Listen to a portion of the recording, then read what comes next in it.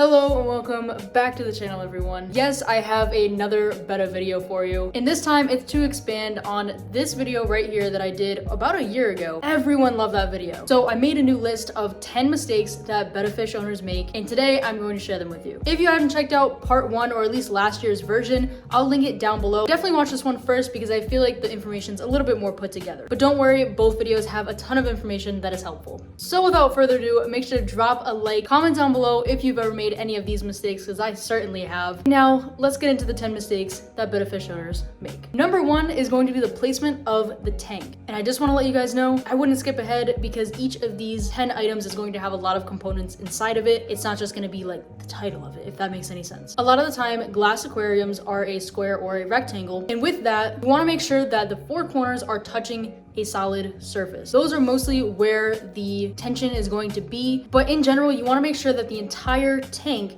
is placed on something very sturdy. Also with placement of the tank, as I'm standing by a window, you want to make sure your tank isn't by a window because it can create a lot of algae. Direct sunlight is not good for any fish, especially Betta fish, and it can also overheat the tank, which we'll get into in a second about temperature. And lastly, to do with placement, you want to make sure it's placed somewhere that it can't easily get knocked over, or if you have other pets that they can't just easily knock it over themselves or get on top of it, because that can be a problem as well. Number 2 is going to be kind of in the same category, but very, very important, which is a sturdy lid and also having a lid. A lot of the time, if you go to a fish store, you can buy just a fish tank without a lid. Well, without having a lid, the bettas can jump out, the water will evaporate a lot faster, which means you're gonna have to do a lot more water changes and topping off of the water. Also, if you do have other pets, it can definitely cause for them to fall into the tank, and things that are around the tank can end up falling into the tank and your betta could eat them, or it could contaminate the water. So in general, you wanna have a sturdy lid and have a lid in general. You also want to make sure the lid is covering all of the tank because even the smallest little opening a betta fish can jump out of. Number 3 is going to be the heaters and having heat in the tank, the temperature of the tank. When I first had a betta fish, I will not lie, I had a bowl.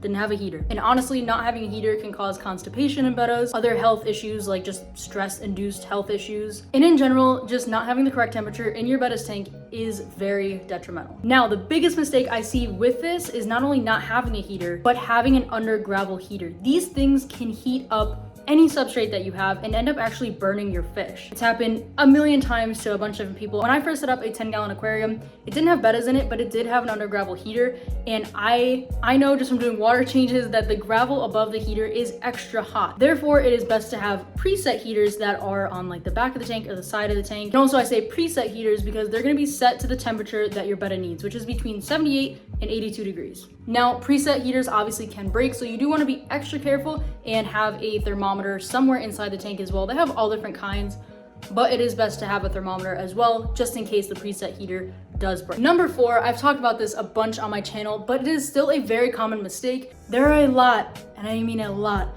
of people that buy 1-gallon tanks, half-gallon tanks, 2-gallon tanks, that are completely packed with a bunch of dangerous things and in general are too small. It's a very common mistake, and unfortunately a lot of pet stores push smaller tanks for sales because not only are they cheaper, but a lot of the time fish tanks are marketed towards children. So I will be doing an updated version very shortly of the items not to buy for bettas, and in that you will see a lot of very tiny tanks that are directly marketed for children. I do have a video I recently did on the top 10 tanks for betta fish, but in general you want to have something that is at least 5 gallons because don't forget, you're putting rocks and plants and everything else inside of there, the filter, the heater, and that's taking up water volume, which means it actually isn't even 5 gallons. Also with different tanks, plastic tanks typically are not good. They just cause a lot of issues within the tank, and a lot of the time the plastic just kind of disintegrates or leaches chemicals into the aquarium, seeing how there's a heater in there and it just kind of speeds up the process. And although bowls are possible for bettas, it's something that is a very tedious process that I still have not even gotten into. The exchange of gases is just a lot slower because of the circular top, and just in general, it's not good. Number 5 is going to be gravel in plants or substrate in plants, however you want to put it. Now, when it comes to bettas in general,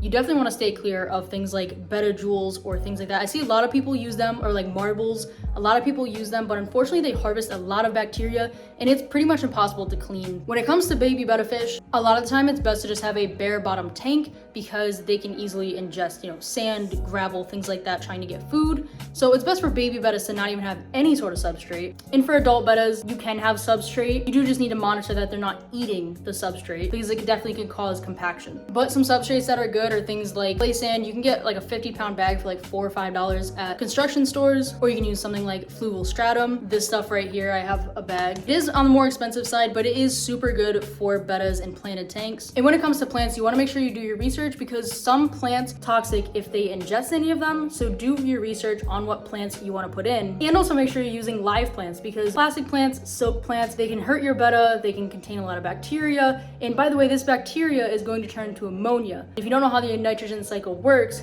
that ammonia can end up making your fish very sick and burning their gills and other things. Now, number 6, 5 plus 1, 6. Sixth thing is going to be aquascape. So I didn't talk about this before, but aquascapes can be very dangerous. A lot of mistakes that I see people make is taking a pointy rock, putting it onto the bottom of the glass, and just letting it stay there. But unfortunately, when you do that, when you take a heavy rock and put it right onto the glass, that creates a pressure point and your tank could easily break in that spot. Not only that, but bettas do like to get into little caves and little like hiding places. So they like to get close up to rocks and stuff that is in their aquarium, which means that it shouldn't be sharp. So you should always make sure your aquascape, whatever you're using for it, as long as it's safe, isn't sharp as well. And with that, you also want to make sure if you're using rocks or anything natural like that, that it one doesn't have chemicals on it or like polish or any like sort of preservative, and also that you rinse it very, very well and use a brush to get all the dirt and anything that's kind of already on it out of it. Number 7, I'm not even gonna put my fingers up anymore because that's just too many. Number 7 is setting up your tank and putting your fish in it right away. So this kind of goes with cycling your aquarium, but I go into pet stores often and I pretty much every single time I go in there am seeing someone putting together a bunch of fish stuff and a fish and they just go on their way. And if you're not putting anything that's real in there, especially, your tank is not gonna cycle and your betta is more than likely not going to make it. So you wanna make sure you're getting quality beneficial bacteria and definitely do your research. Don't be afraid to look things up if things are safe, if things work,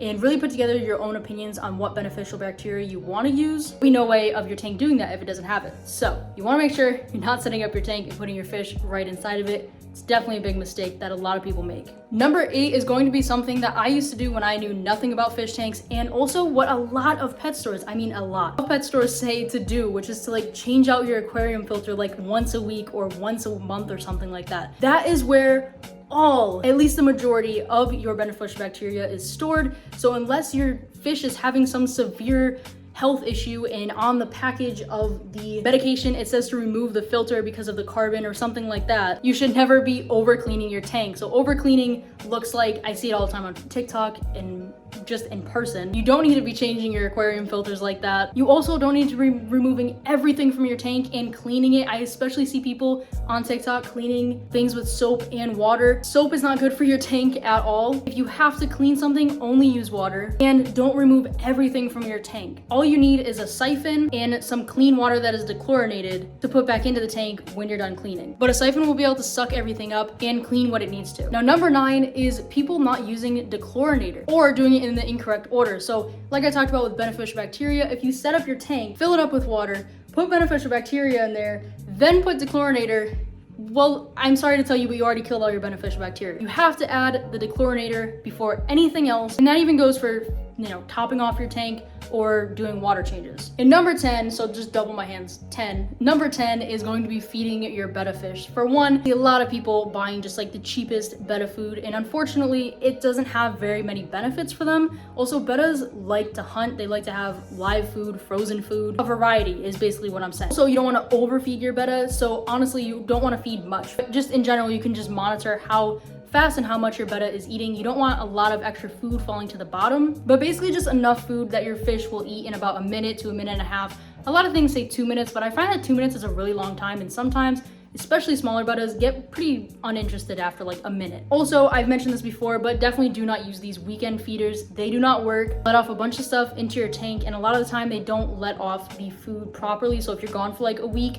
it'll just like randomly on the 5th day release all the food at once, which is just gonna be terrible. But I hope this helped you guys. I know you really liked the first part that I did like a year ago. This is kind of just some updated information, but make sure you do your research. Anything you put in your tank, anything you want to feed your betta or anything like that, do your research. It can't hurt to just do a quick Google search and find out. And other than that, I will see you in the very next video very, very shortly. I am actually currently setting up the new hamster cage So stay tuned for that. I just know that Elmer is excited. But until then, I will see you in a few days. Make sure to drop a like, comment down below, hit that subscribe button, and I will see you then. Bye.